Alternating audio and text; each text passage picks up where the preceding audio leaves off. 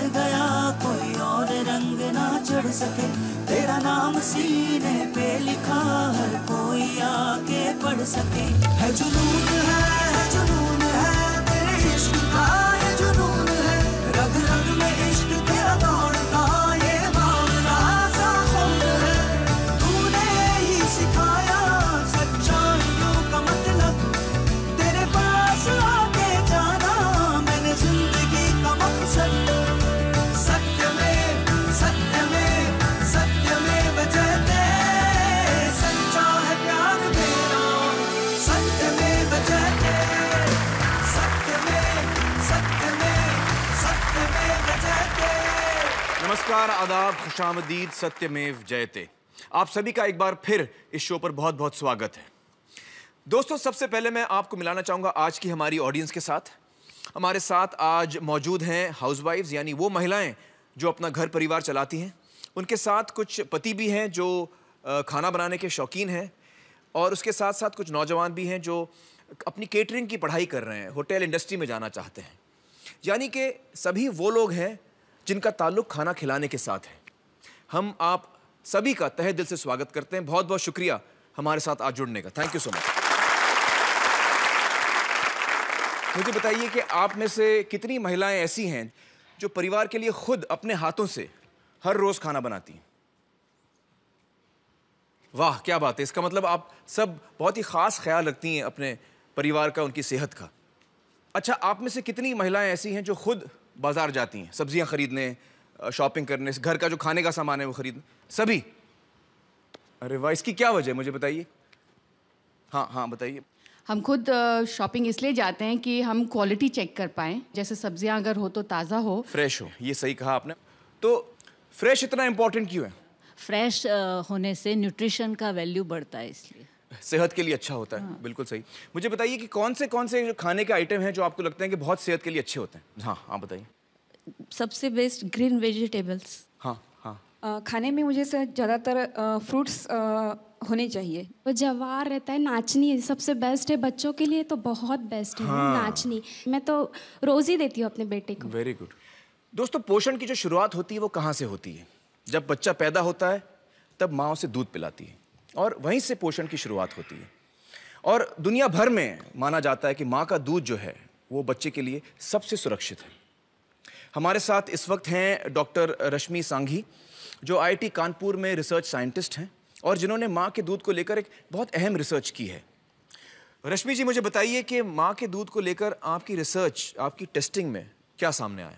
मैं शायद उस टाइम नई नई माँ बनी थी। शायद मेरा वजह ये थी कि मैं उसको स्टडी को लेकर बहुत ज़्यादा बहुत ज़्यादा चिंतित थी। तो उसमें हमने कुछ माँओं को कन्विंस किया, उनका हमने सैंपल लिया, उसकी हमने टेस्टिंग की। एंड जितना मैंने सोचा था, मैं बिल्कुल शॉक्ड। एक एंडोसल्फान और क्लोरोपाइरीफॉस, इस तरह के कुछ पेस्टिसाइड्स हैं जी। तो एंडोसल्फान करीब 800% ज़्यादा मिला उस माँ के दूध में। 800% जी। और करीब 400% क्लोरोपाइरीफॉस, जो मतलब जो अलाउड लिमिट है, ADI आपका अलाउड उससे 400% ज़्यादा, और दूसरा 800% ज़्यादा। तो ये तो बहुत शॉकिंग बात है। बहुत शॉकिंग है। तो ये मतलब बच्चा पी रहा है, जो माँ का दूध, ये माँ के दूध से बच्चे को जा रहा है। और ये माँ के दूध में इसलिए आ रहा है क्योंकि माँ जो है, जो सब्जियां फल खा रही हैं, उससे उसको, जी हाँ, उसमें पेस्टिसाइड है। जी हाँ। तो ये IIT कानपुर में आपने ये रिसर्च की? जी हाँ। दोस्तों, ये बहुत ही ताज्जुब की बात है कि माँ के दूध में भी पेस्टिसाइड्स यानी कीटनाशक हैं। दोस्तों, पेस्टिसाइड एक अंग्रेजी शब्द है, और आम जबान में अगर मुझे इसको समझाना पड़े तो वो ये है कि पेस्ट यानी कीड़े, और पेस्टिसाइड यानी कीड़े मारने की दवा। अब हम इसको कहते तो दवा है, लेकिन दरअसल ये जहर है जो कीड़ों को मारता है। जैसे आपने घर में सुना होगा कि चूहे मारने की दवा या कॉकरोच मारने की दवा। अब ये दवा से चूहे या कॉकरोच की सेहत अच्छी नहीं होती, बल्कि वो उसे खाने के बाद मरता है। इसलिए ये समझना बहुत ज़रूरी है कि ये दवा नहीं, जहर है। रश्मि जी ने हमें बताया कि एंडोसल्फान नाम का पेस्टिसाइड उन्हें माँ के दूध में मिला था। आइए अब मैं आपको ले चलता हूँ कासरगोड, जहाँ करीबन 25 सालों तक इसी एंडोसल्फान नाम के पेस्टिसाइड की हेलीकॉप्टर से स्प्रेइंग की गई थी। देखते हैं वहां पर एंडोसल्फान का क्या असर हुआ।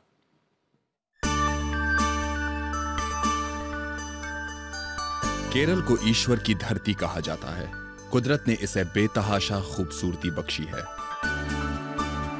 केरल सरकार ने कासरगोड जिले की उपजाऊ जमीन पर काजू की खेती करना शुरू किया। सन 1976 से काजू के पेड़ों को कीट से बचाने के लिए एंडोसल्फान नाम के एक कीटनाशक का छिड़काव शुरू किया गया। कासरगोड जिले की 15,000 एकड़ जमीन पर हेलीकॉप्टर से यह जहर छिड़का गया। ईश्वर की धरती पर यह जहरीली बारिश लगातार 25 साल चली। लाखों लीटर एंडोसल्फान यहां की जमीन पर ही नहीं, लोगों की रगों में भी उतर गया। जिंदगी मौत से बदतर हो गई।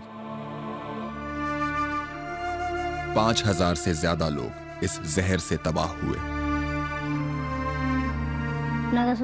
जन्म के 13 दिन बाद तक इसे वेंटिलेटर पर रखना पड़ा। हाथ पांव ने कभी काम किया ही नहीं। ये पहले देख सकता था, अब बिल्कुल नहीं। दर्दनाक मौत के खौफनाक मंजर जिसे देखकर रूह कांप उठे। कासरगोड जिले के एक छोटे से कस्बे में पिछले 30 सालों से इस जहर से पीड़ित लोगों का इलाज कर रहे हैं डॉक्टर मोहन कुमार।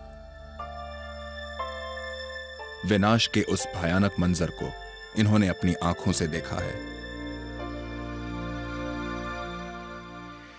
डॉक्टर मोहन कुमार जी, बहुत बहुत शुक्रिया हमारे साथ जुड़ने का। डॉक्टर साहब, इस वीडियो में हमने बहुत ही दर्दनाक दृश्य देखे हैं और यकीन नहीं होता कि ऐसा भी हो सकता है। क्या वाकई वहाँ ये सब हुआ है? मैंने जब कासरगोड में डॉक्टरी शुरू की तब मैंने देखा कि ज्यादातर सभी घरों में ऐसे पेशेंट थे जो एक लंबे अरसे से बीमार थे। क्रॉनिक पेशेंट्स थे। Cancer, neurological problem, cerebral palsy, दिमाग का लकवा, मानसिक बीमारियां, मिर्गी के दौरे, बच्चों में विकलांगता।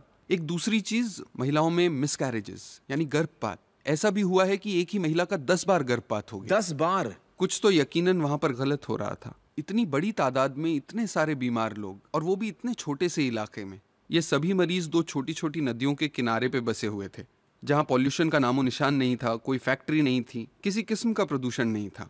फिर इतनी बीमारियां क्यों आईं, समझ में नहीं आ रहा था। तब मुझे अंदाजा ही नहीं था कि इस सब के पीछे एंडोसल्फान है। मुझे बताइए डॉक्टर मोहन, इस इलाके में कितने लोग इस वजह से पीड़ित हैं?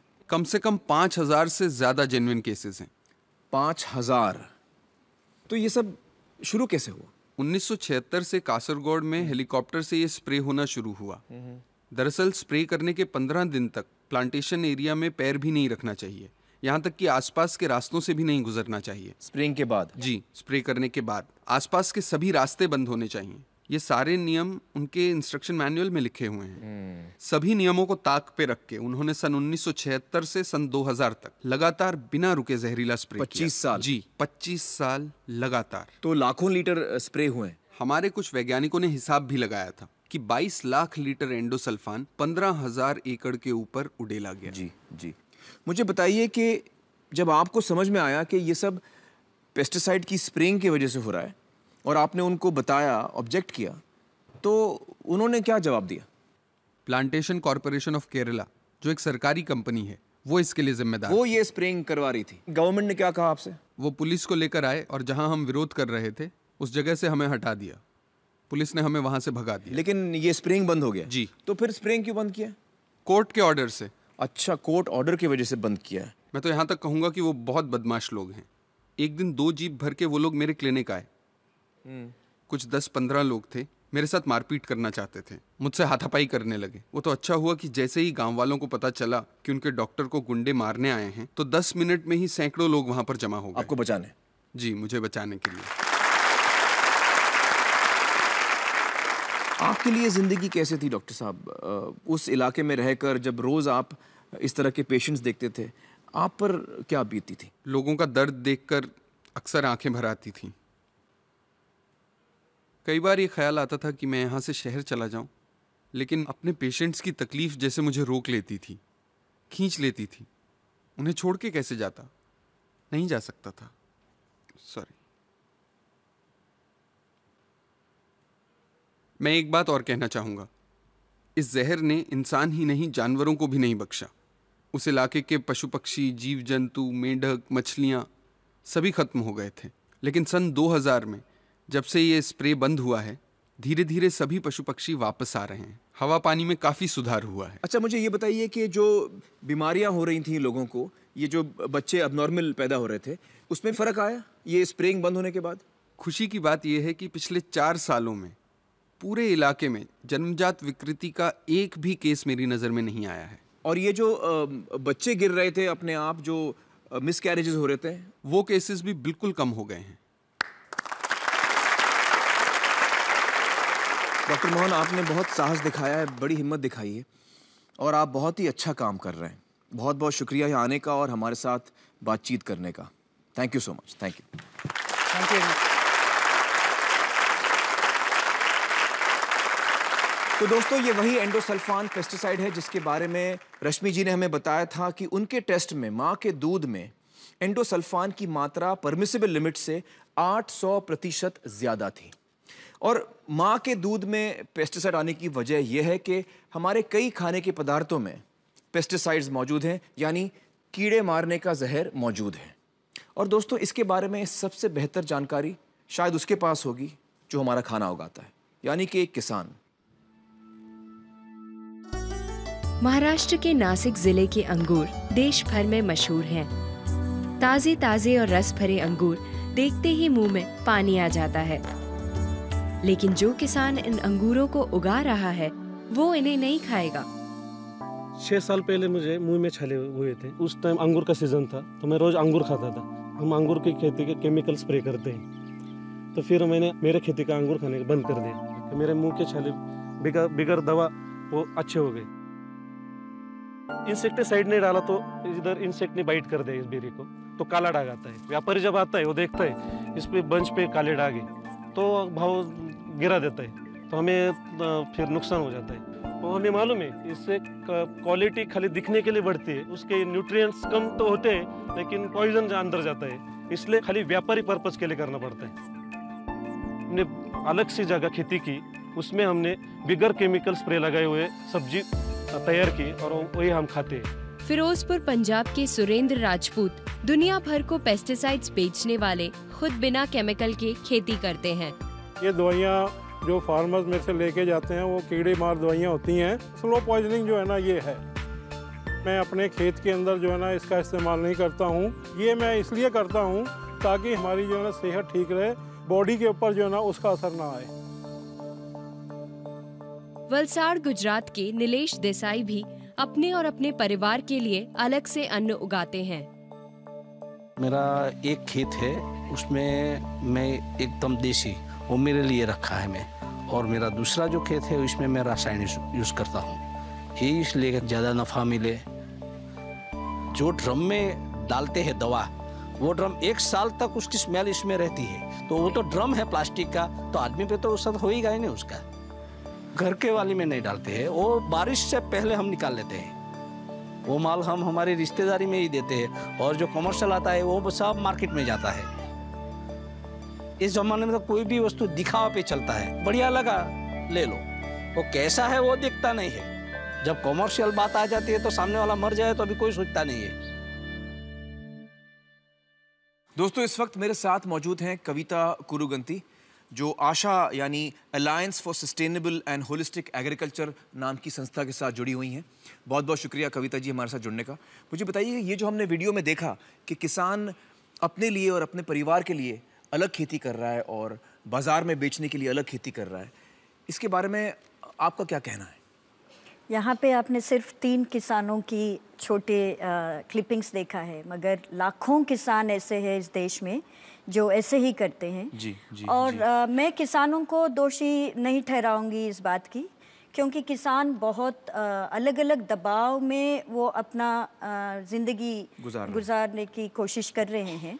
और ये पेस्टिसाइड्स तो किसानों ने इन्वेंट नहीं किया है, ये किसी और का क्रिएशन है। उनको बताया गया है कि आप इसको इस्तेमाल नहीं करेंगे तो आपका उत्पादकता जो है वो आगे नहीं बढ़ेगी। मुझे बताइए कि हिंदुस्तान में ये पेस्टिसाइड के इशू को लेकर या केमिकल फार्मिंग के इशू को लेकर क्या क्या समस्याएं हैं? पहला मुद्दा ये है कि हमारे देश में कई सारे ऐसे पेस्टिसाइड्स हैं जो बाकी देशों में बैंड है। और कहीं वो अलाउड ही नहीं है, वो सिर्फ इंडिया में चलते हैं? ऐसे 67 पेस्टिसाइड्स इंडिया में है, ये सरकार का आंकड़ा है। और दूसरी बात तो है क्यों बाहर क्यों बैंड है ये 67? या तो हेल्थ ग्राउंड्स पे या एनवायरमेंटल ग्राउंड्स पे वहाँ पे बैन किए गए हैं। हेल्थ ग्राउंड मतलब सेहत के लिए अच्छे नहीं है, सेहत के इसलिए लिए बैंड अच्छा नहीं है। और जो इंडिया में भी बैंड है, कई साल पहले जो बैन हुए थे, वो पेस्टिसाइड्स अब भी वो हमारे खाने में रेसिड्यूज बन के अभी भी वो आते हैं वो खाने में हमारे। तो कैसे? वो ऐसे कैसे? क्योंकि उनका परसिस्टेंस ऐसा है। दूसरा मतलब वो ये हो बैंड सकता है, उनका इस्तेमाल आजकल नहीं होता, लेकिन वो इतने जिद्दी हैं कि वो मट्टी में पानी में घुल मिल गए हैं और वो आज भी हमें हमारे पेट में जाते हैं। और दूसरा कारण ये हो सकता है कि आज भी वो खेती में कैसे भी इस्तेमाल हो रहा है। तो ये हमारा रेगुलेशन के ऊपर हमारा ध्यान लेके जाता है। तो ये अवशेष जो कीटनाशक जहर है जो खेती में इस्तेमाल किए जा रहे हैं, वो वही नहीं रहने वाले हैं, आपके खाने में आने वाले हैं। वो अवशेष की जो जांच अलग अलग लोगों ने की है, उसके आंकड़े में आपके सामने प्रेजेंट कर रही हूँ। 2001 में एक सरकार का ऐसे पेस्टिसाइड रेसिड्यू को मॉनिटर करने का ही एक देश भर में एक प्रोजेक्ट चलता है। 2001 में उन्होंने पाया है कि 61% ऑफ द सैंपल्स वो प्रदूषित थे और उसमें से लगभग 11% जो सरकार एक लिमिट को सेट करती है कानूनन, उससे ज्यादा इनमें पाए गए हैं। उसके बाद इस देश में एक जॉइंट पार्लियामेंट्री कमिटी भी सेटअप की गई थी। उसके बाद के जो सरकार के आंकड़े हैं बहुत कम दिखाने लगे कि अब प्रदूषित नहीं है और लीगल लिमिट है। उससे ज़्यादा वाले सैंपल्स बहुत कम है, सिर्फ 2% है। मगर आप देखेंगे 2003 में ही IARI जो सरकार का एक प्रीमियर एग्रीकल्चरल रिसर्च इंस्टीट्यूट है, उन्होंने ये जांच करके बताया कि उनके सभी सैंपल्स कंटामिनेटेड है, सब पूरे उनके सैंपल्स प्रदूषित है। मगर सबसे इम्पॉर्टेंट बात ये है कि हम कॉकटेल ऑफ पेस्टिसाइड से एक्सपोज्ड है। इसका मतलब है जो खा रहे हैं एक पेस्टिसाइड नहीं है, अलग अलग पेस्टिसाइड्स मेरे अंदर जा रहे हैं। वो एक का असर एक होता है, दूसरे का दूसरा होता है, लेकिन जब 10-25 अंदर होते हैं तो वो सब मिल के वो हमारे शरीर में क्या उधम मचा रहे हैं उसका हमें बिल्कुल अंदाजा नहीं है। Centre for science and environment बोल के दिल्ली का एक ग्रुप है, उन्होंने एक छोटा सा एक्सरसाइज किया कि अगर हम सीमा के नीचे भी अगर अवशेष पाते हैं और ऐसा दिन भर कम अवशेष वाला खाना भी खाते हैं, क्या वो हमारे लिए ठीक है क्या? और उन्होंने ये पाया है कि एक पूरे दिन में आपका एवरेज डाइट जो होता है, जो आप एक दिन में खाएंगे तो एक दिन में जो एक्सेप्टेबल डेली इनटेक बोल के एक मापदंड होता है, उससे 400% ज्यादा, 500% ज्यादा हम लोग अंदर ले रहे हैं। ये बहुत जरूरी है लोगों को समझना। जो लिमिट तय किया गया है हर सब्जी के लिए, हर चीज के लिए, उसके अगर अंदर भी हम रहें और वो खाना खाएं जिसमें वो लिमिट के अंदर है वो पेस्टिसाइड, जब दिन भर में हम खाना खा लेते हैं कि सब्जी भी खाई, रोटी भी खाई, चावल भी खाया, दाल भी खाया, दूध भी पिया, तो उसमें जो टोटल पेस्टिसाइड है वो दिन भर का जो लिमिट होता है उससे 400% ज़्यादा है। और यही मतलब ये सबसे बड़ी फिक्र की बात है। और जो पेस्टिसाइड जिस कीड़े को मारने के लिए इस्तेमाल कर रहे हैं उसमें 1% से भी कम उसके ऊपर जाके गिरता है। बाकी जो 99% से ज़्यादा पेस्टिसाइड जो है, जो जहर है, वो हमारे ही पर्यावरण में, हमारे ज़मीन में, हमारे पानी में, हमारे खाने में, हमारे हवा में और हमारे अंदर ये सब जा रहे हैं। और कोई ये नहीं कह सकता है कि ये जो 99% है उसका असर कुछ नहीं होगा, ये सही नहीं है। मतलब जो चीज़ इतनी खतरनाक है उसके 1% से कीड़ा मर सकता है, तो जाहिर है वो ख़तरे की चीज़ है और उसका बहुत ही ख़तरनाक असर होगा हर चीज़ पे। चलिए, बहुत बहुत शुक्रिया हमारे साथ बातचीत करने का Kavita ji, thank you so much. दोस्तों, हमारे साथ यहाँ पर डॉक्टर श्री गोपाल काबरा भी मौजूद हैं। डॉक्टर काबरा पिछले 50 सालों से जयपुर में डॉक्टर रह चुके हैं और सेहत पर जो पेस्टिसाइड्स का असर होता है उसको लेकर उन्होंने काफ़ी रिसर्च की है। डॉक्टर काबरा, बताइए आपकी रिसर्च में क्या सामने आया? जयपुर के अंदर जितने भी महिला चिकित्सालय हैं उनके अंदर हमने स्टडी करी कि बच्चा जब जन्मता है तो जन्म के समय उनके अंदर कुछ विकृतियां होती हैं, जिसमें कि मस्तिष्क विहीनता, माने बच्चा जन्मा और उसके दिमाग ही नहीं डेवलप हुआ। पूरे ऊपर से खोपड़ी खुली रहती है, दिमाग बना हुआ नहीं रहता है। इसका पेस्टिसाइड के साथ क्या संबंध है? हमें मालूम है कि ये फोलिक एसिड एक विटामिन होता है, तो फोलिक एसिड की कमी के कारण से ये होता है। अच्छा, अब सवाल ये था कि इन महिलाओं के अंदर कमी क्यों हो रही है? तो कुछ कीटनाशक होते हैं जो फोलिक एसिड रोधक हैं, फोलिक एसिड को खत्म करते हैं, और ये पेस्टिसाइड्स हमारे एनवायरनमेंट्स में से उन महिलाओं को मिल रहे थे। जैसे राजस्थान के अंदर उस टाइम हमने जब स्टडी करी थी तो हमने देखा था कि एक साल के अंदर कम से कम भी 5000 ऐसे बिना दिमाग वाले मस्तिष्क विहीन बच्चे पैदा होते हैं खाली राजस्थान के अंदर। आप कुछ तस्वीरें भी लाए हैं जो हम दर्शकों को दिखाना चाहेंगे। ये तस्वीर है, ये देखिए मस्तिष्क विहीन बच्चा है जिसका दिमाग बिल्कुल नहीं बना है, दिमाग बाहर निकला हुआ है। दूसरी जो तस्वीर जिसको कि मेनिंगोमाइलोसिल कहते हैं, इसके अंदर नीचे का जो भाग है वो खुला हुआ है, रीढ़ की हड्डी का भाग खुला हुआ है, और इस बच्चे का नीचे का भाग पूरा का पूरा पैरालाइज्ड है, लकवाग्रस्त है पूरा का पूरा।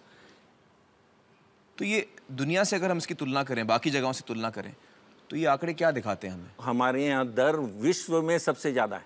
विश्व में सबसे ज़्यादा हमारे यहाँ। दूसरा जो हमने पंजाब के अंदर एक जगह की स्टडी करी तो हमने देखा कि वहाँ की जो जनजात विकृतियाँ हैं उनके अंदर ये जननांगों की जो विकृतियाँ हैं वो बहुत ज़्यादा है।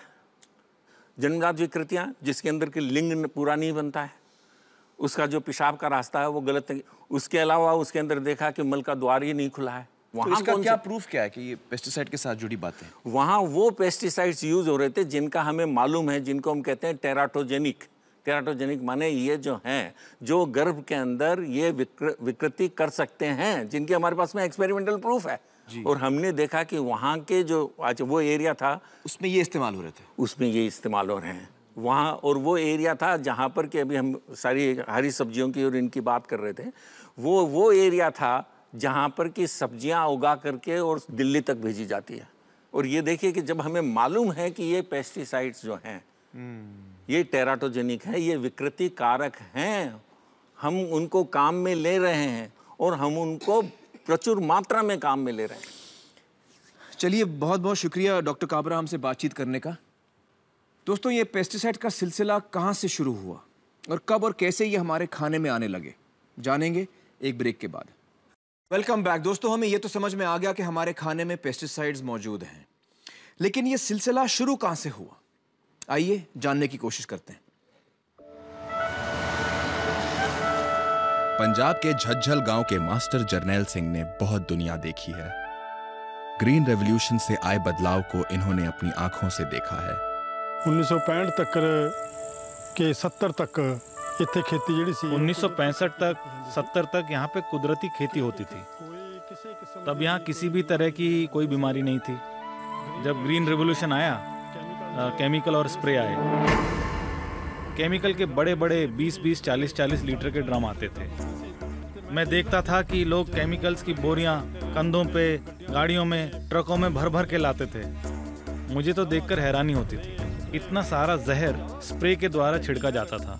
मुझे तो तभी यकीन हो गया था कि ये जहर सबको मार देगा, कोई नहीं बचेगा। इतनी सारी स्प्रे अनाज पे होगी तो नुकसान ही होना है। किसी को मालूम नहीं था कि इसका ज़मीन पर, फसल पर, दूध पर क्या असर हो रहा है। इतने सारे जानवर किस वजह से मर रहे हैं। इस जहर ने पर्यावरण को खराब किया, साथ में खेती भी खराब की, लोगों की सेहत भी खराब हो गई। आजकल मेले अस्पताल में लग रहे हैं। मैं अपने गांव की बात बता रहा हूँ। 45 लोग कैंसर से मर चुके हैं। इससे बड़ा क्या सबूत हो सकता है। देखिए जी, मैं कोई साइंटिस्ट नहीं हूँ, मैं तो एक साधारण किसान हूँ, लेकिन मैं जो ये तबाही देख रहा हूँ उसकी जिम्मेदार ये पेस्टिसाइड और केमिकल ही हैं। दोस्तों, इस वक्त मेरे साथ मौजूद हैं डॉक्टर वंदना शिवा। खेती और खेती से जुड़े मुद्दों पर वंदना जी एक लंबे अरसे से काम कर रही हैं। बहुत बहुत शुक्रिया हमारे साथ जुड़ने का वंदना जी। कहते हैं कि अगर ये ग्रीन रेवोल्यूशन, ये हरित क्रांति नहीं हम लाते और फर्टिलाइजर्स और पेस्टिसाइड्स का इस्तेमाल हम नहीं करते तो हमारा देश जो है वो भूखों मरता। इसमें आपकी क्या राय है? ये झूठ है कि बिना हरित क्रांति के, मतलब बिना जहर के, हम पूरा उत्पादन नहीं कर पाते। पहली बात, आज हम ज़्यादा इंपोर्ट कर रहे हैं। आज जो दाम बढ़ रहे हैं इसलिए बढ़ रहे हैं कि हमारा सारा दाल गायब हो गया हरित क्रांति की वजह से, सारे तेल गायब हो गए, क्योंकि ये मोनोकल्चर होता है, एक ही फसल उगा सकते हो, बस गेहूं या चावल या कपास। पंजाब में और कुछ नहीं दिखने को मिलता। हम 70% डिपेंडेंट हो गए basic oil and pulses import पे। वो दाल और तेल हम खुद उगा सकते थे अगर हम ढंग की खेती कर रहे होते, अगर मिश्रित खेती कर रहे होते। जब लोग इकट्ठा करके काम करते हैं तो ज़्यादा काम हो जाता है जी। जब पौधे इकट्ठा काम करते हैं, जब आप दाल का पौधा गेहूं के साथ लगाओगे तो दाल नाइट्रोजन मुफ्त में गेहूं को दे रही है। अच्छा, हवा से लेके सीधे दे रही है, यूरिया की जरूरत नहीं। तो ऑर्गेनिक खेती जो है उसमें ये सारे अलग अलग किस्म के जो सीड्स हम एक साथ उगाते हैं, मिश्रित। इसीलिए हम इसको जैव विविध जैविक खेती कहते हैं, क्योंकि विविधता से ही प्रकृति चलती है। करेक्ट। और जो कहते हैं कि हमने रासायनिक और नए बीज की वजह से उत्पादन बढ़ाया, अगर आप कैलकुलेशन करो कि पूरी जमीन पंजाब की अकेली धान और गेहूं उगाएगी तो ज्यादा चावल और गेहूं तो होगा ही। आप जब दालें नहीं उगा रहे, चना नहीं उगा रहे, तूर नहीं उगा रहे, मूंग नहीं उगा रहे, उड़द नहीं उगा रहे, तो उतना तो बढ़ेगा ही। रिप्लेसमेंट का फैक्टर है। और एक और से जुड़ा हुआ है कि पेस्टिसाइड की एक बीमारी है। आप पेस्टिसाइड की चक्रव्यूह में जब घुस जाओ तो एक स्प्रे करोगे, फिर 4 करोगे, फिर 30 करोगे, फिर 60 करोगे, और आपको और करना पड़ेगा, क्योंकि जो एक प्रकृति की व्यवस्था है उसको आप बिगाड़ रहे हैं। कीटाणु को रोकने की, उसे आप तोड़ रहे हो। और वो अंदर है, खाने के अंदर है, हर सेल के अंदर है। तो आप सोचते हैं अच्छा सेब को आपने पील कर दिया, बहुत अच्छा है, सेब के अंदर है pesticide. And these are all impacts of जहर, जिसको हमने दवा करके किसान को गुमराह किया है कि बेटा और स्प्रे करो, अच्छी चीज तो ज्यादा होनी चाहिए दवा ना? है डालो, दवा है तो तुम जितनी ज्यादा हो लोगे अच्छा करेगा। दवाई के लिए असली दवाई के लिए इतना कॉशन है कि डॉक्टर जब दवा देता है कहता है इसके साथ ये मत खाना, 2 घंटे का एक सेपरेशन दो। और जहर के लिए एक पूरा फ्रीडम, खाओ बेटा, स्प्रे, किसान को खूब स्प्रे करो और आपको कि खूब खाओ। और इसलिए अगर हम इंडिया को शाइनिंग मानते हैं, इंडिया को एक इमर्जिंग ग्लोबल सुपर पावर मानते हैं, उसका मेजर होना चाहिए कि भारतवासी कितने संपन्न हुए, किसान कितने संपन्न हुए। 2.5 लाख किसानों ने आत्महत्या कर ली। वो आत्महत्या जुड़ी हुई है कर्ज से। कर्ज है बीज और जहरीले रासायनिक के लिए, और दूसरी तरफ बीमारी फैल रही है। वंदना जी, आपने इस बहुत ही अहम मुद्दे पर इतनी अच्छी तरह से रोशनी डाली। बहुत बहुत शुक्रिया हमारे साथ बातचीत करने का। Thank you so much. आपको शुक्रिया। Thank you. दोस्तों, अब हम मिलने जा रहे हैं उस इंसान से जो हिंदुस्तान की सबसे बड़ी पेस्टिसाइड कंपनी को चलाते हैं। एशिया की सबसे बड़ी पेस्टिसाइड इंडस्ट्री हिंदुस्तान में है। पेस्टिसाइड उद्योग का कारोबार आज 18,000 करोड़ पार कर चुका है, जिसका सबसे बड़ा हिस्सा यूनाइटेड फॉस्फोरस लिमिटेड का है। पेस्टिसाइड्स उद्योग की एक सम्मानित और जानी मानी शख्सियत है यूनाइटेड फॉस्फोरस के मैनेजिंग डायरेक्टर और चेयरपर्सन श्री रज्जू श्रॉफ। बहुत बहुत शुक्रिया हमारे साथ जुड़ने का मिस्टर श्रॉफ। मुझे बताइए कि मैंने सही कहा कि यूनाइटेड फॉस्फोरस हिंदुस्तान की सबसे बड़ी कंपनी है पेस्टिसाइड की? हाँ, हमारा टर्नओवर है 8,000 करोड़ साल का और दूसरा नंबर का है 1,200 करोड़। डिफरेंस बहुत है। जी जी, मुझे बताइए कि इस शो की शुरुआत से आप हमारे साथ जुड़े हैं, आप हमारे साथ बैठे थे, आपने देखा कि लोगों ने क्या क्या कहा पेस्टिसाइड्स के बारे में। आपके क्या विचार हैं इसके बारे में, आपके क्या थॉट्स हैं? देखो, एक कहावत है, 1000 दफे आप एक झूठाना बोले, झूठ बोले तो पब्लिक मान जाती है। तो ये सब झूठ बोल रहे हैं? झूठ बोल रहे हैं। तो रश्मि जी ये तो कह रहे हैं आपका झूठ रिसर्च है। नहीं, इनका नहीं बताया, इनका तो मैंने नहीं पढ़ा है, अभी मैं पढ़ूंगा। आपने खुद रिसर्च की ना, खुद आपने एक्सपेरिमेंट किया? देखिए, मैंने अपनी खुद रिसर्च की है और मैंने इस पे काफी पेपर्स पब्लिश किए और काफी जगह साइट हुई है। ठीक है, तो वो मैं नाम नहीं बोलता हूँ जी, अच्छे साइंटिस्ट भी हैं। जी हाँ, जी हाँ। और डॉक्टर काबरा जी जो बता रहे थे वो भी झूठ बोल रहे हैं? डॉक्टर काबरा जी ने जो एग्जाम्पल दिया वो एग्जाम्पल रिपीट हुआ है, और कैंसर और ये, और हमने अभी देखो डॉक्टर कटोच है, ICMR का डायरेक्टर, उसने अभी स्टेटमेंट दिया कि जो कैंसर केसेस है पंजाब में और उसमें वो 100% nothing to do with pesticide. तो आप पेस्टिसाइड को ओवरडोज देके बोलते हैं पॉइजनस है, पर लिमिटेड डोज से कुछ हार्म नहीं होता है। सो पेस्टिसाइड का हार्मफुल इफेक्ट नहीं है ना अपने इंडिया में, तो बिल्कुल नहीं है। तो आपका कहना यह है कि पेस्टिसाइड से हिंदुस्तान में जो लोग हैं उनकी सेहत पे कोई असर नहीं पड़ रहा है, ये आपका कहना है? जो असर होता है उससे ज़्यादा नॉन पेस्टिसाइड यूज़र पे है। सो पेस्टिसाइड यूज वाले मोर हेल्दी हैं। हाँ। एक चीज़ मुझे बताइए कि जो फार्मर्स हमने देखे, वो हमने देखा कि वो अपने लिए अलग ग्रो करते हैं जिसमें वो पेस्टिसाइड नहीं डालते, और मार्केट में जो बेचते हैं उसमें पेस्टिसाइड डालते हैं। तो ये ऐसा क्यों करते हैं? वो फार्मर को मैं मिला हूँ, वो बोलता है ये तो फिल्म ले लिए बंडल मारा, मैं तो बराबर पेस्टिसाइड वाला खाता हूँ। मैं 1000 फार्मर बताऊंगा आपको।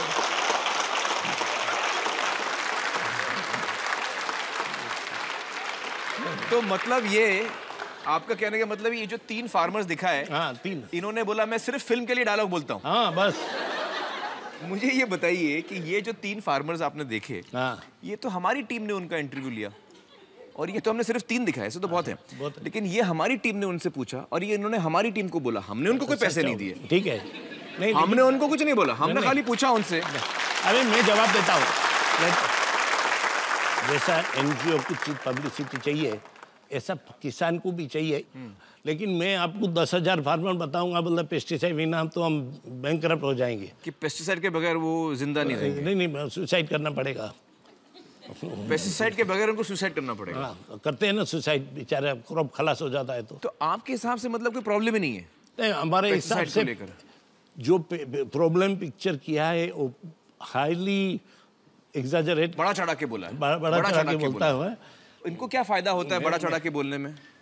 क्या मुझे मालूम नहीं है, लेकिन हम लोग तो, हमारी एक कंपनी 1500 करोड़ का पेस्टिसाइड बेचती है, तो किसान ही लेता होगा ना, दूसरा किधर तो नहीं जाता होगा। और जी जी जी जी। तो मुझे बताइए कि जब भी ऑर्गेनिक फार्मिंग जीवित खेती थी, तभी अपना प्रोडक्शन 50% 60% कीड़े खा जाते थे। तो पेस्टिसाइड के बगैर आपका कहना है कि जो हमारे उत्पादन है वो बहुत कम हो जाएगा और उससे देश को नुकसान होगा। तो मतलब पेस्टिसाइड के बगैर हम खेती नहीं कर पाएंगे, ये आपका कहना? कर तो पाएंगे, लेकिन देखो आप इंजेक्शन नहीं लेंगे, आप ड्रग नहीं लेंगे, तो 50% पॉपुलेशन हो जाएगी, 50% ऊपर पहुंच जाएंगे, सर्जरी नहीं करेंगे। तो मतलब अगर आप ड्रग लेते हैं कि नहीं? हाँ, मैं अरे वो तो पॉइजनस है। मैं दवा इसलिए लेता हूँ कि जब मेरी तबीयत खराब होती है तब मैं दवा लेता हूँ। तो उसका एक खास पर्पस होता है कि मेरी इस वक्त तबीयत खराब है, तो इस वक्त ये प्रॉब्लम सॉल्व करने के लिए मैं ये दवा ले रहा हूँ। लेकिन जब हम खाना खाते हैं, खाना तो हम खाते हैं अपनी सेहत के लिए, और उसमें अगर हम जहर देखते हैं तो वो हमें नहीं चाहिए, हमारे खाने में जहर नहीं चाहिए। नहीं, जहर नहीं है, वो जहर ही नहीं है, पेस्टिसाइड जहर ही नहीं है। नहीं, जहर तो सब है, जहर है। एस्पिरिन खाएगा 50 टेबलेट तो भी जहर है। एस्पिरिन की बात छोड़ दीजिए, मुझे आप पेस्टिसाइड के बारे में बताइए कि पेस्टिसाइड जहर है या नहीं है? पेस्टिसाइड डेफिनेटली जहर है, हमने स्कल बोन का नाश करते हैं तो उसमें जहर है, मतलब जहर है। तो अगर मैं आपको एक ऐसा तरीका बताऊं खेती बाड़ी का जिसमें हम पेस्टिसाइड के बगैर उतना ही उत्पादन आपको दें, तो आप उसको ज़्यादा पसंद करेंगे या पेस्टिसाइड वाले को पसंद करेंगे? नहीं, फिर भी मैं चुनूंगा पेस्टिसाइड वाला, बिकॉज इन कैलिफोर्निया में स्पिनच का बैन कर दिया, सब डिस्ट्रॉय किया कि वो ऑर्गेनिक स्पिनच, लिखा ऑर्गेनिक स्पिनच खाना मत नहीं तो मर जाएंगे। सो ऑर्गेनिक में डेंजर है, कैलिफोर्निया का है। इतनी कविता भी मान जाएगी था कि नहीं, कैलिफोर्निया में बैन किया था। मतलब आप ये कह रहे हैं कि अगर मैं आपको एक ऐसा तरीका बताऊं कि पेस्टिसाइड के बगैर, जहर के बगैर हम खेती कर सकते हैं और उसमें उत्पादन उतना ही होगा, और जो कीड़े हैं जो हमारा अनाज खाते हैं उनको मैं पेस्टिसाइड के बगैर उनको मैं दूर हटा दूं, तो भी आप चाहेंगे कि पेस्टिसाइड ही यूज हो, ऐसा? नहीं, मैं देखो, मैं भी साइंटिस्ट हूँ इतना साल। दुनिया में जो ऑर्गेनिक फार्मिंग का बात चल रहा है और पैसा डबल लेके लेते हैं लोग, ये totally 1% of the world food production है। यील्ड कमी आता है, कॉस्ट डबल होता है। कॉस्ट डबल हो जाता है और उत्पादन कम होता है, ये आपके हिसाब से। इसके मैं दोबारा आपको ये सवाल पूछता हूँ कि अगर मैं आपको जहरीले पेस्टिसाइड होते हैं उनका इस्तेमाल अगर नहीं करें हम, और उसके इस्तेमाल के बगैर मैं आपको बताऊं कि कैसे अपन कर सकते हैं खेती बाड़ी, तो आप उसको पसंद करेंगे? नोबेल प्राइज मिलेगा। आपको मैं नोबेल प्राइज दूंगा। आप नोबेल प्राइज देंगे?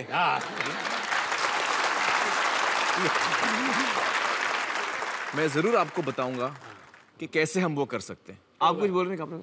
कुछ पेस्टिसाइड्स होते हैं जो कि परसिस्टेंट पेस्टिसाइड्स होते हैं। वो जब एनवायरनमेंट के अंदर आ गए तो वो डिग्रेड नहीं करते हैं, वो परसिस्टेंट करते हैं। तो ये जो परसिस्टेंट पेस्टिसाइड्स हम जो पिछले इतने सालों से यूज़ कर रहे हैं, तो शराफ साहब के साहब से वो कहाँ चले गए हैं? नहीं, परसिस्टेंट पेस्टिसाइड कोई परसिस्टेंट पेस्टिसाइड 1 साल होता है, कोई का 5 साल होता है, कोई का 10 साल होता है। इवन DDT 30 साल में तो खलास हो जाता है 30 साल। और DDT हार्मलेस है। वाह, DDT हार्मलेस है? बिल्कुल हार्मलेस है। वो अभी प्रूव हो गया कि वो झूठा था। देखो, प्रूव हो गया। देखो, एक मिनट में डॉक्टर का DDT हार्मलेस है? बिल्कुल। क्या बातें कर रहे हैं? DDT हार्मलेस है क्या? बिल्कुल भी हार्मलेस नहीं है। DDT को बहुत ज्यादा इम्प्लीकेट किया जा रहा है कि 1950 के बाद से ब्रेस्ट कैंसर में, औरतों में ब्रेस्ट कैंसर में जो इजाफा हुआ है वो DDT और बेंजीन हेक्साक्लोराइड के यूसेज की वजह से हुआ है। चूहा को आप DDT और देगा तो जरूर कैंसर होगा, क्योंकि आप 100 टाइम और डोज देता है। लेकिन स्प्रे में जो डोज आता है मिनिमम निग्लिजिबल। आदमी लोग ने तो एक स्पून करके 20 साल तक DDT लिया है। फैट में DDT था लेकिन हार्मफुल इफेक्ट नहीं था, ऐसा रिपोर्ट है अपने पास। मुझे एक इंडिया में पेस्टिसाइड जो यूज होता है उसका हार्मफुल इफेक्ट जो है तो हाईली टोटली एग्जैजरेटेड रिपीटेड लाई है। बड़ा चढ़ा के लोग बोल रहे हैं, झूठा है, बिल्कुल झूठा है। झूठा है। मैं अच्छा, मुझे प्रूव कर दूंगा। मुझे ये बताइए, एक सवाल और है मेरा कि अगर मान लीजिए कि किसान जो हैं वो गलती से या ना समझी से ज़्यादा पेस्टिसाइड इस्तेमाल कर लें अपने खेती पे, तो ऐसी कोई बॉडी है जो इसकी चेकिंग करती है कि भाई मंडी में सामान आ गया, सब्जियां आ गई, उनकी चेकिंग करते हैं कि भैया इसमें कितना पेस्टिसाइड है, कितना नहीं है? बिल्कुल नहीं है।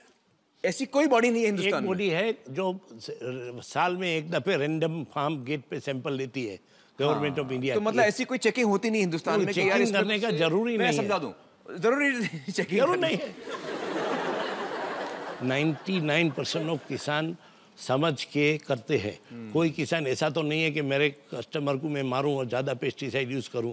और जो पेस्टिसाइड ज्यादा क्यों यूज करेगा फार्मर, आपका ये कहना है? फैक्ट है, हमने देखा है कि जो किसान खेत में काम करते हैं, जो पेस्टिसाइड स्प्रे करते हैं, वो दूसरे लोग से ज्यादा हेल्दी है, उसको फ्रेश एयर मिलती है। हमने प्रूव किया है। पेस्टिसाइड यूज करने से उनकी सेहत इंप्रूव हो जाती है। पेस्टिसाइड स्प्रे करने के नहीं करे, वो खेत में काम करते हैं, वो करते हैं अच्छा पेस्टिसाइड वाला सो कॉल्ड फ्रूट और वेजिटेबल खाते हैं, और वो बरोबर पेस्टिसाइड स्प्रे करेंगे, फंगीसाइड यूज करेंगे तो फ्रूट आपको ज़्यादा मिलेगा और सस्ता होगा।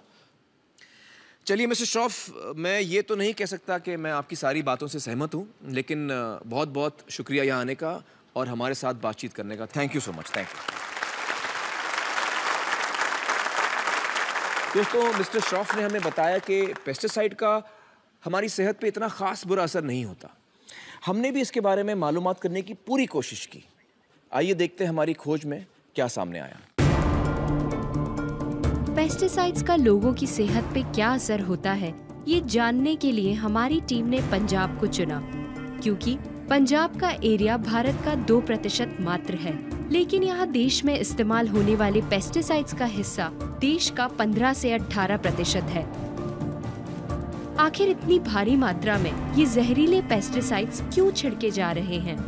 इसका जवाब दिया खुद एग्रीकल्चरल प्रोडक्ट्स के विक्रेता सुरेंद्र महेश्वरी जी ने। पॉइजन है जी, पॉइजन, बहुत तगड़ा पॉइजन है। मोनोक्रोटोफास है ये। अभी यूनिवर्सिटी ने लिखा है सब्जियों के ऊपर ना यूज करो, हमने विजिटिंग कार्ड के ऊपर लिखा हुआ है यूज मत करो, इससे कैंसर होता है, लेकिन फिर भी अवेयरनेस की कमी कह लो, कुछ भी कह लो, सभी लोग डाल रहे हैं।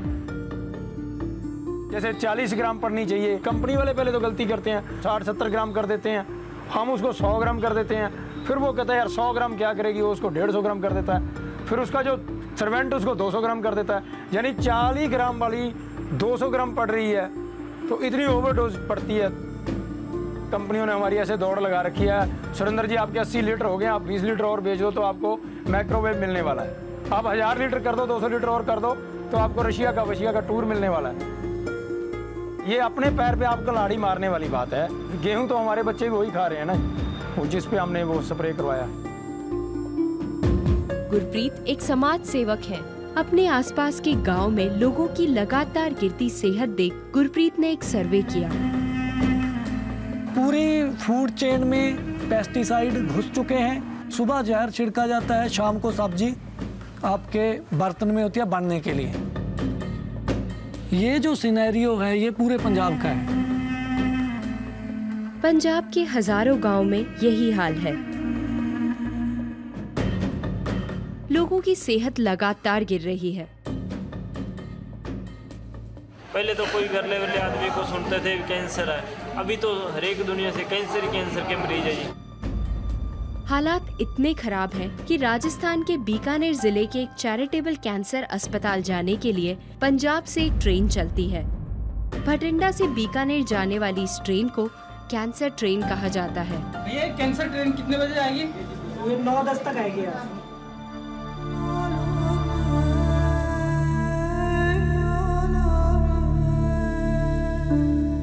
पूरी गाड़ी में कैंसर के मरीज होते हैं, मतलब कि जब हम रिजर्वेशन कराते हैं तो उसमें बहुत ज़्यादा सीरियस मरीज होते हैं, वो भी कैंसर के होते हैं। कोई उसमें मतलब कि जॉब वाला आदमी नहीं होता, कोई NRI नहीं होता, कोई मतलब कि नौकरी पेशे से नहीं होता।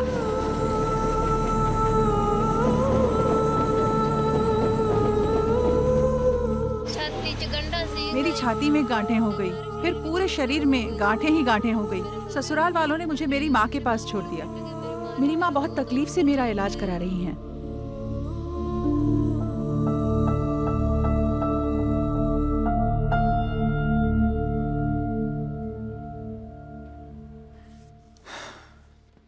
दोस्तों, आपने केरल देखा, आपने पंजाब देखा। देश भर में किसान डूब रहा है और उसके साथ साथ हम भी। लेकिन क्या इसका कोई हल, कोई इलाज नहीं है? क्या हम कीटनाशक जहरों के बगैर खेती नहीं कर सकते? क्या हम इन जहरों के बगैर कीड़ों को हमारी फसल उजाड़ने से रोक नहीं सकते? मेरे पास आपके लिए खुशखबरी है। ब्रेक से लौटेंगे और मैं आपको इस मर्ज का इलाज दिखाऊंगा। किसान के खून पसीने से सींची गई फसल के सबसे बड़े शत्रु हैं विनाशक कीड़े। इनकी लगातार बढ़ती संख्या लहराती फसल को नष्ट कर सकती है। पेस्टिसाइड से ये कीड़े तो मर जाते हैं, लेकिन इनसे खेती का खर्च बढ़ जाता है और सेहत पर भी बुरा असर होता है। नॉन पेस्टिसाइड्स मैनेजमेंट यानी NPM के इस्तेमाल से किसान अपनी सेहत और खर्च दोनों की हिफाजत कर सकते हैं। फेरोमोन ट्रैप एक ऐसा जाल है जिसमें मादा कीड़े की सुगंध वाली गोली लगाई जाती है। फसल खाने आए नर कीड़े को ये खुशबू अपनी ओर आकर्षित करती है और कीड़े इस जाल में फंस जाते हैं। दूसरा तरीका है येलो ट्रैप। फल समझकर जब कीड़े इस पर बैठते हैं तो इस पीले कागज पे लगे घोल से चिपककर दम तोड़ देते हैं। ऐसे अनेक NPM तरीके हैं जिनसे फसल, जमीन और किसान सब खुश रह सकते हैं।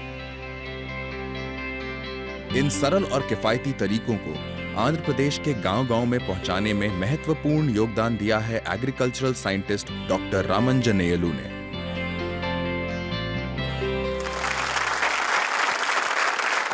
डॉक्टर रामांजनेयलू, बहुत बहुत शुक्रिया हमारे साथ जुड़ने का। Thank you so much.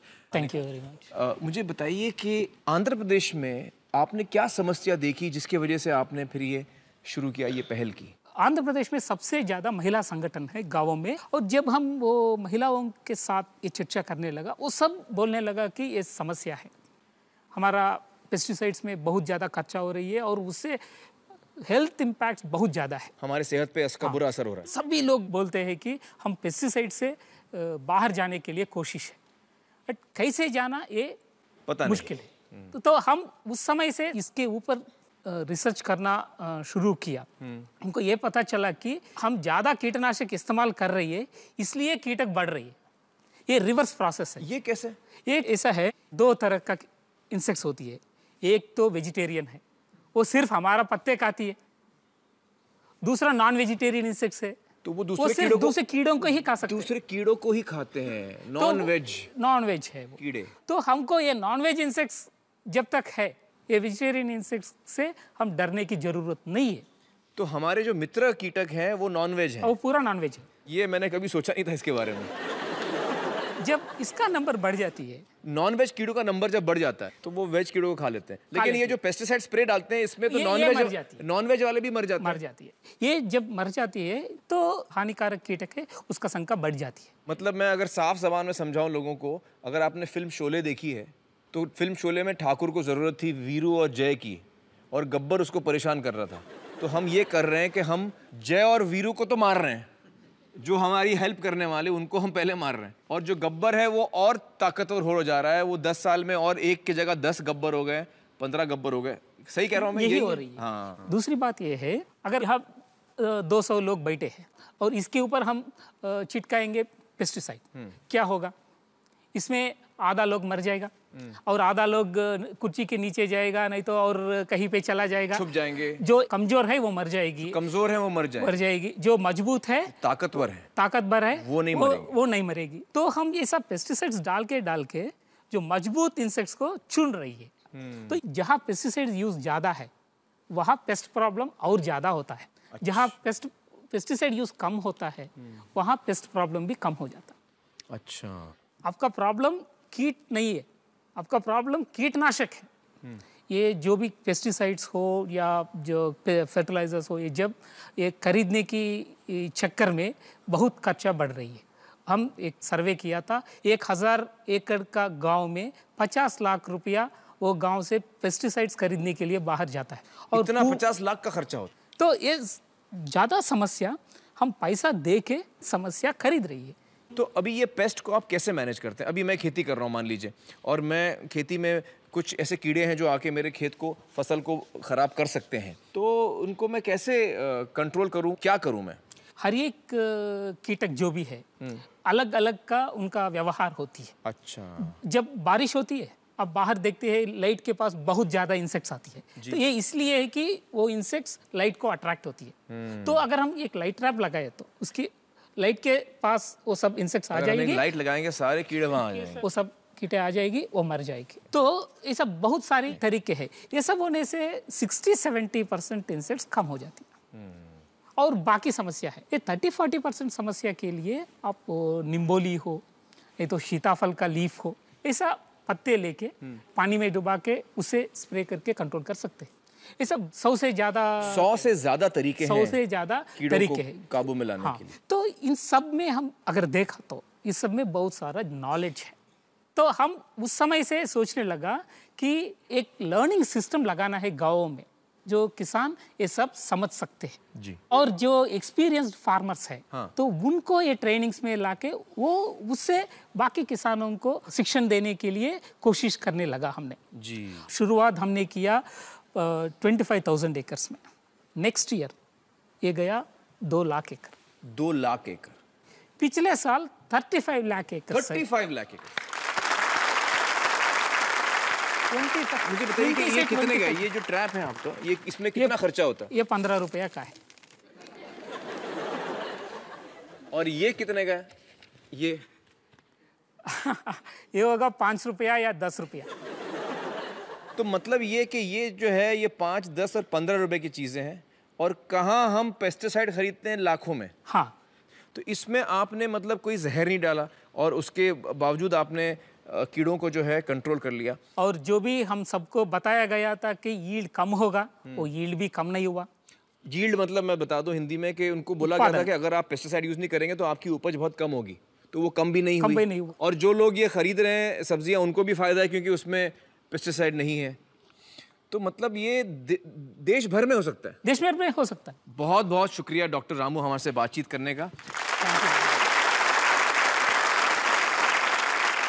दोस्तों हमारे साथ यहाँ मिस्टर DV रायडू भी मौजूद हैं। एक सरकारी अफसर की हैसियत से मिस्टर रायडू ने बिना पेस्टिसाइड की खेती को आंध्र प्रदेश में एक बड़े पैमाने पर फैलाने में एक बहुत ही अहम भूमिका निभाई। अब आइए चलिए बात करते हैं उन महिला किसानों से जिनकी संगठनों की वजह से ये सब मुमकिन हुआ। नमस्कार, बहुत बहुत शुक्रिया हमारे साथ जुड़ने का, थैंक यू सो मच। मुझे बताइए कि आप में से कितने किसान ऐसे हैं जो पहले कीटनाशक जहर का इस्तेमाल करते थे? अच्छा, सब करते तो अब आप में से कितने हैं जो इन जहरों का इस्तेमाल करते हैं? तो अब मतलब कोई नहीं करता है? पूरा ऑर्गेनिक फार्मिंग सर, अब इधर कौन भी एक टिप का भी नहीं मारता है सर। जब से आपने ये पेस्टिसाइड्स, ये कीटनाशक बंद किए हैं, उसके बाद आपको कोई फायदा हुआ है? अभी ऐसा कर लेने के बाद अच्छा रहता सर, कम खर्चा आता, कीमत भी ज्यादा मिल रही सर, बहुत खुशी रहती सर। वो खेत में गए को तो इधर बाजू में किधर भी अच्छा हुआ, सो भी अच्छी रहती सर, गाँव में वातावरण भी अच्छा रहेगा सर। चलिए, आप लोग बहुत अच्छा काम कर रहे हैं और हमारी शुभकामनाएं आपके साथ हैं। बहुत बहुत शुक्रिया हमसे बातचीत करने का, thank you so much. Thank you sir. दोस्तों, यहाँ पर हम लेंगे एक छोटा सा ब्रेक और जब हम ब्रेक से लौटेंगे तो हमारे पास आपके लिए और भी खुशखबरी है। देश भर में किसान जैविक खेती को अपना रहे हैं। यहाँ तक कि एक पूरा राज्य इस जैविक क्रांति में शामिल हुआ है, सिक्किम। यहाँ की राज्य सरकार ने रासायनिक खाद और कीटनाशक पर प्रतिबंध लगाया है। सिक्किम को पूर्ण रूप से जैविक राज्य बनाने की मुहिम बड़े जोरों से चल रही है। हमारी टीम को सिक्किम के दौरे के वक्त इस मुहिम का असर हर जगह नजर आया। हमारा टारगेट है कि by 2015 Sikkim will be a totally organic state. पूर्ण रूप से जैविक खेती को अपनाना मुमकिन है और ये बात सिक्किम ने साबित कर दिखाई है।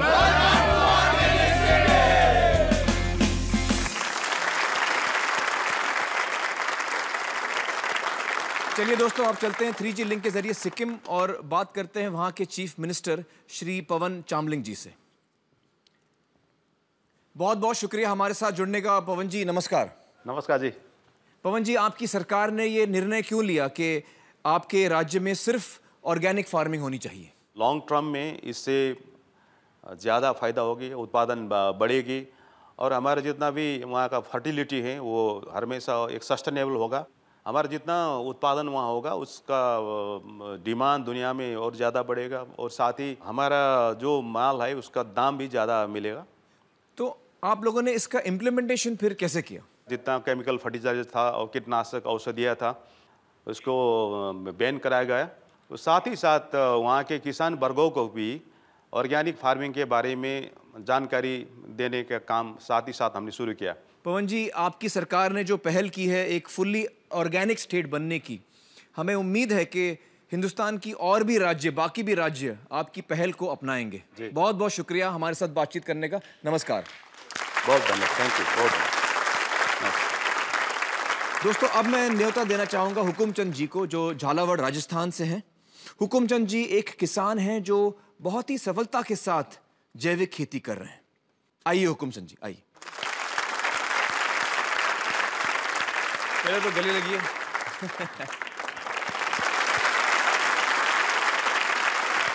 बहुत ही कमाल का काम कर रहे हैं आप। मुझे बताइए, आप ऑर्गेनिक फार्मिंग कितने साल से कर रहे हैं? 8 वर्ष। 8 वर्षों से कर रहे हैं। और अक्सर लोग कहते हैं कि ऑर्गेनिक फार्मिंग में अगर हम पेस्टिसाइड का इस्तेमाल नहीं करें, फर्टिलाइजर का इस्तेमाल नहीं करें, तो उपज जो है वो कम होती है, उसमें नुकसान होता है। आपको कोई नुकसान हुआ? प्रथम वर्ष 10% कुछ कम हुआ, हल्का सा कम हुआ, हल्का सा पहले साल में। पहले साल में। उसके बाद इस समय कृषि की जो उपज हमारे सामने है जी, वो इतनी अधिक है कि कहते हैं कि 16 आने पर वो 20 आने हो रही है।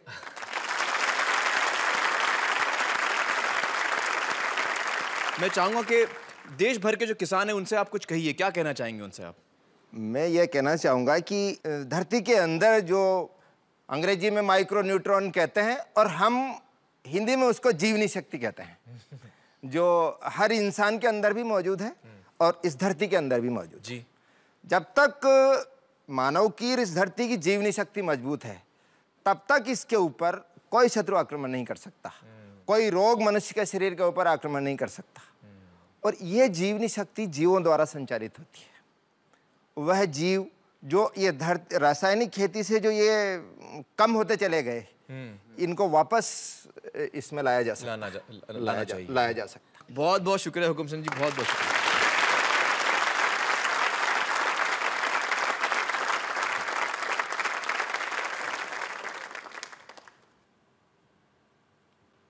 दोस्तों, खेती में कीटनाशकों के इस्तेमाल को लेकर दो तरह की सोच है।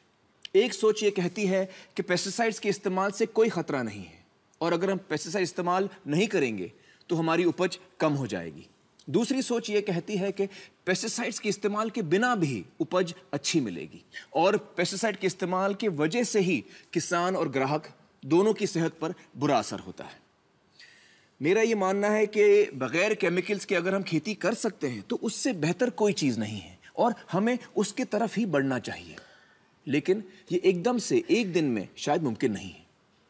जब तक हमारा पूरा देश पूरी तरह से सिक्किम की तरह जैविक खेती को नहीं अपना लेता, तब तक हम कम से कम इतना तो कर सकते हैं कि कम से कम पेस्टिसाइड इस्तेमाल करने की कोशिश करें और सरकार से ये दरख्वास्त करें कि वो एक ऐसी संस्था, एक ऐसी बॉडी बनाए जो देश भर में हर मंडी में इस बात की समय समय पर चेकिंग करे कि वहाँ आ रहे अनाज, सब्जियों और फलों में कितना पेस्टिसाइड मौजूद है।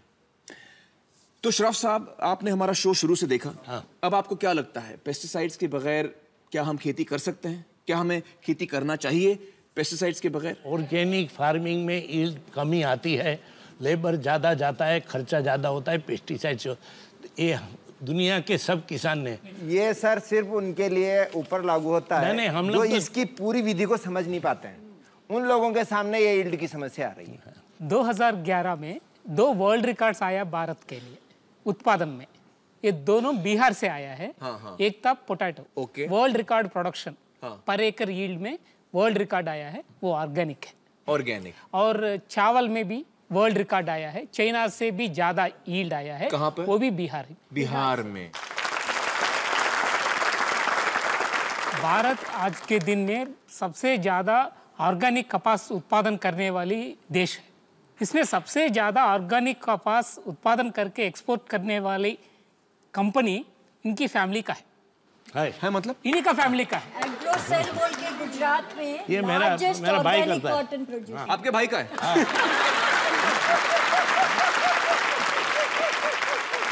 तो मुझे तो आपके भाई को बुलाना चाहिए था शो पे। मैं और महिलाओं से बात करना चाहूंगा। आप मुझे बताइए, आज का प्रोग्राम आपने देखा? हाँ। अभी मुझे वाकई में बहुत घबराहट होने लगी है सब देखते हुए, क्योंकि आज शाम को जो सब्जी खरीदूंगी, कल अपने बेटे को खिलाऊंगी, कल कुक करूंगी। आई नो कि वो चीज़ तो नीचे से आ चुकी है, लेकिन कोई मुझे टेम्परेरी सोल्यूशन दे सकता है क्या यहाँ पे? बोलिए।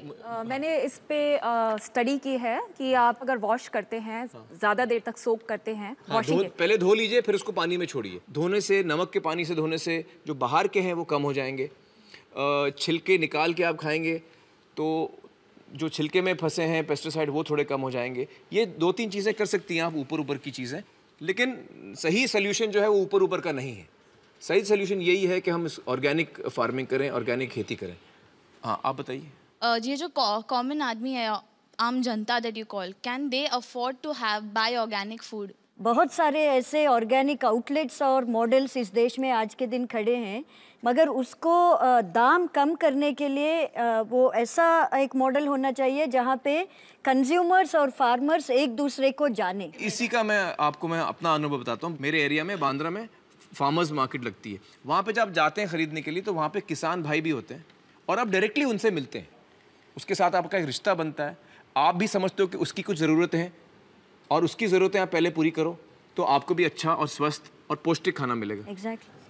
एक और बात कहना था कि मिडिल क्लास बहुत सारे ब्रांडेड प्रोडक्ट्स पे बिल्कुल नहीं पूछते हैं कि ये 3000 क्यों है, ये 5000 क्यों है। विदाउट ब्लिंकिंग हम खर्च करते हैं, मगर जब आपके लिए और आपके किसान के लिए जो भलाई वाली बात है, जो ऑर्गेनिक प्रोडक्ट्स पे आपको 10 रुपया ज़्यादा देना पड़ता है, 20 रुपया, इसमें इतना हिचकिचाहट क्यों होना चाहिए?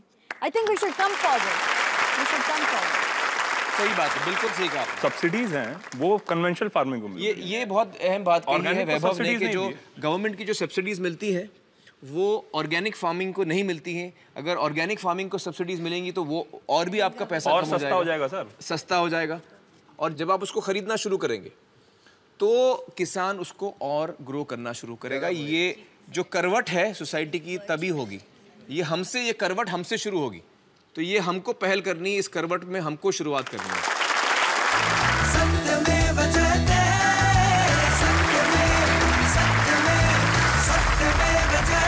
वेलकम बैक दोस्तों। हर हफ्ते हम देश से एक सवाल पूछते हैं। हमारा आज का सवाल है कि क्या हिंदुस्तान की जनता चाहती है कि सिक्किम सरकार की तरह केंद्र सरकार और देश भर में हर राज्य सरकार भी अपने अपने क्षेत्र में किसानों को ऑर्गेनिक फार्मिंग यानी जैविक खेती की तरफ बढ़ने में मदद करें? क्या हम ऑर्गेनिक फार्मिंग की तरफ बढ़ना चाहते हैं या नहीं? अगर आपका जवाब हाँ है तो अपने मोबाइल फोन पर वाई टाइप करके इस नंबर पर भेजिए 5782711। अगर आपका जवाब ना है तो एन टाइप करके इसी नंबर पर भेजिए। इस एसएमएस को भेजने का खर्च सिर्फ ₹1 है। आपके एसएमएस के जरिए जितना भी पैसा इकट्ठा होगा गवर्नमेंट टैक्सेस काटने के बाद वो सारा का सारा पैसा इन 2 संस्थाओं को जाएगा, खेती विरासत मिशन पंजाब और centre for sustainable agriculture Hyderabad, जिसके साथ रामू जी जुड़े हैं। प्लीज हमारी तरफ से ये गुजारिश है कि आप इसे कबूल करें। ये दोनों संस्थाएं जैविक खेती ऑर्गेनिक फार्मिंग के क्षेत्र में बेहतरीन काम कर रही हैं। आप एक से ज्यादा एसएमएस भी भेज सकते हैं। अगर आप इन संस्थाओं को और भी सहयोग देना चाहते हैं तो स्क्रीन पर दिखाए गए नाम से चेक बनाकर आप अपने नजदीकी एक्सिस बैंक शाखा पर जमा करा सकते हैं। आप चाहें तो उनके वेबसाइट पर ऑनलाइन ट्रांसफर भी करा सकते हैं। इसके बारे में अधिक जानकारी आपको एक्सिस बैंक की हर शाखा पर मिलेगी। इस देश की जनता से जितनी भी रकम इकट्ठा होगी, चाहे वो एसएमएस के जरिए हो या ऑनलाइन ट्रांसफर या चेक्स के जरिए, उसकी मैचिंग रकम यानी उतनी ही रकम रिलायंस फाउंडेशन इन 2 संस्थाओं को देगी। रिलायंस फाउंडेशन सत्यमेव जयते की फिलैंथ्रोपी पार्टनर यानी जन कल्याण सहयोगी है।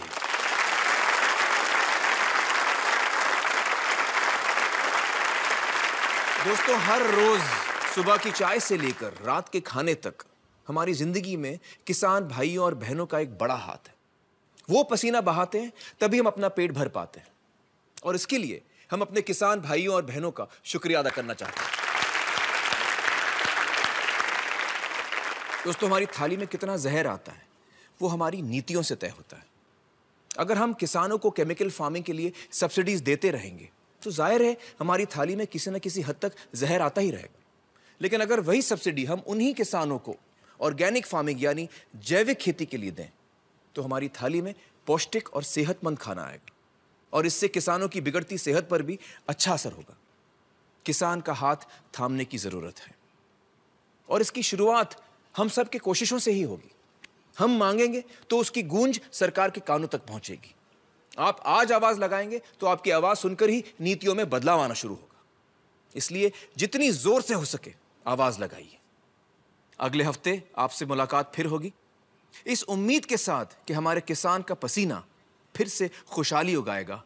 जय हिंद, सत्यमेव जयते।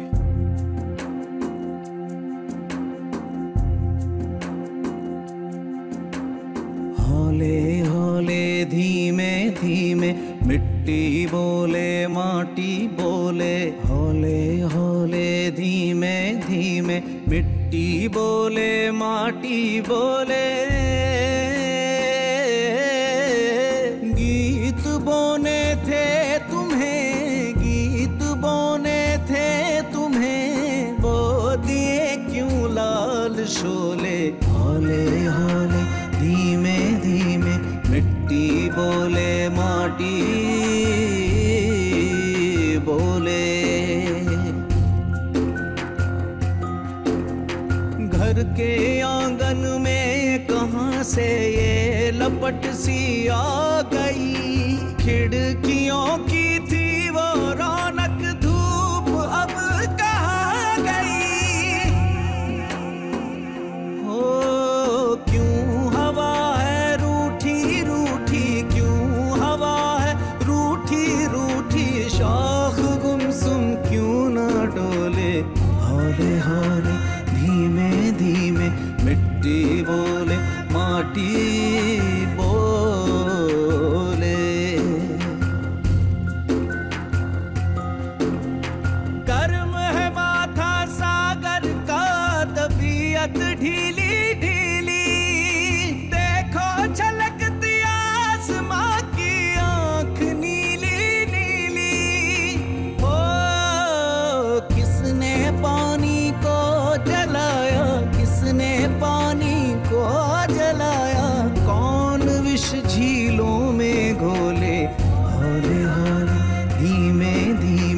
मिट्टी बोले माटी बोले।